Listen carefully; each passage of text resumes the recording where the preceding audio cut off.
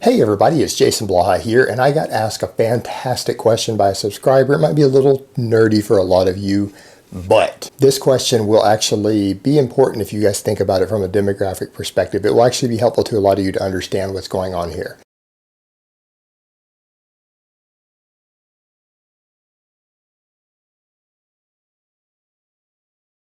This viewer asked me to explain what causes lactose intolerance.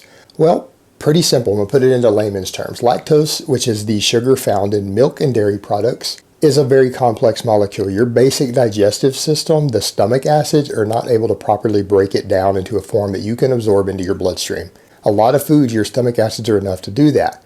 It requires an enzyme to do it, a specialized enzyme called lactase, because it's a lactose digesting enzyme, lactase. Now, all mammals, humans, cats, dogs, apes, sheep, goats, cows, whatever, zebras, they all require lactase. And the reason is mammals give milk to their young. We all produce milk, and that's what we feed our babies with. All mammals do. That's the defining characteristic of a mammal. So because there's lactase in milk, because again, milk tends to be absurdly nutritious. It's full of amazing numbers of growth factors. But because you need that lactase to break it down and absorb it into your bloodstream, mammals have to produce it. Baby mammals have to produce it though.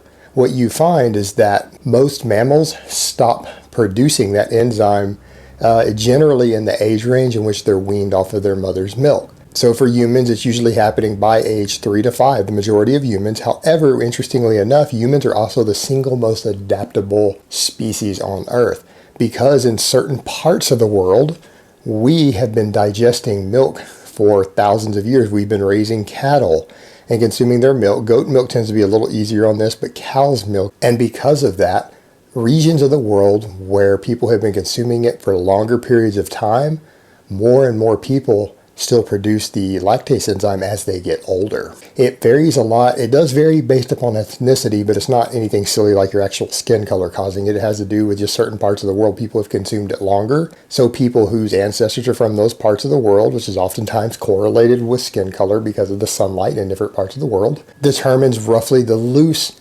pattern in which it occurs. And here's the two most extreme ends of it.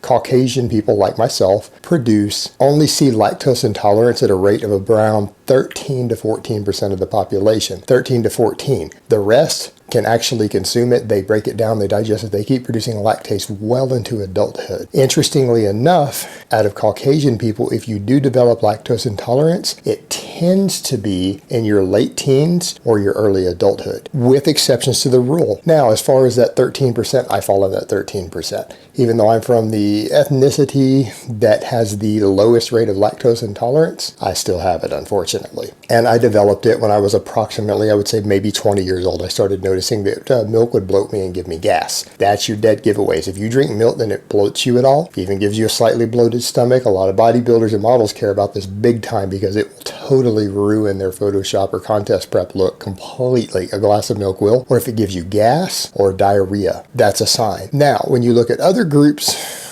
Black people in Africa have the highest rate of lactose intolerance. The reason it's not at 100%, there are some regions that have been using cow's milk for a little while. Not necessarily long enough for large numbers of the population to continue to produce the enzyme, but enough to where you're starting to see a shift. So around 1% can handle it there of the whole continent, at least sub-Saharan Africa. When you get further to the south, Saharan Africa, a little bit different numbers. But interestingly enough, African Americans only have lactose intolerance at 75%. So you've actually seen a massive shift in the same basic demographic of people living on another continent for a few centuries. And there are other factors involved, but it is interesting how that works. Now, those are the two most extreme groups, and then everyone else tends to flow somewhere through the middle, depending on what part of the world you're from. The other thing is that in humans outside of European ancestry, if you develop lactose intolerance, it tends to be younger. It tends to be while you're still a child, but once you're past your infant stage and you've been weaned off your mother's milk. So that is what causes lactose intolerance. And again, I explained to you guys how to tell if you have it. It comes back around to another question. What causes protein farts? It's not the protein. It's the fact that most of these protein powders are milk-based. A lot of them have too much lactose still in them that wasn't filtered out. So you end up with this pure lactose floating around in there. The carbs that are in that protein powder are lactose. And if you are lactose intolerant and you're buying the cheaper unfiltered proteins, guess what? It will give you gas. You're going to have smelly farts as a result of consuming that protein powder. So that's why a lot of people call them fart powders. It's due to the rate of lactose intolerance out there, which is, for people in North America, if you're Caucasian, 13% chance you're lactose intolerant. If you're African American, there's a 75% chance. And if you're another group, you're somewhere in between. All right, guys, but that's really all I have to say on that today. I hope it's been informative, and I will talk to you guys next time.